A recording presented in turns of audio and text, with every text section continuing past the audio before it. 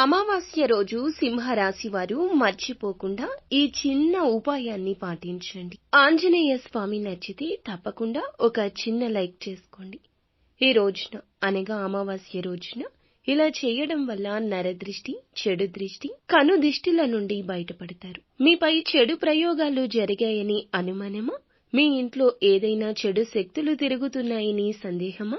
డబ్బు కలిసి రాకపోయినా, ఇంట్లో భార్యాభర్తలు నిత్యము గొడవలు పడుతున్నా, పడక గదిలో ఇబ్బందులు వస్తున్నా, పీడ కలలు వస్తున్నా, పిల్లలకు అనారోగ్య సమస్యలు ఉన్నా, సంపాదన నిలబడకపోవడము ఇలా జరుగుతూ ఉంటే ఖచ్చితంగా ఈ రోజున ఒక బూడిద గుమ్మడికాయ తీసుకుని జై హనుమ అనుకుంటూ ఆ బూడిద గుమ్మడికాయ చుట్టూరా కూడాను గంధంతో రాసి ఒక మంచి దారాన్ని కట్టండి. ఖచ్చితంగా మంచి ఫలితాలుంటాయి. మీకు ఇంకా ఇతరత్ర ఎటువంటి సమస్యలు, సంతాన సమస్యలు, భార్యాభర్తల సమస్యలు, స్త్రీ పురుష వశీకరణం కూడా చేయగలరు మా గురువు గారు.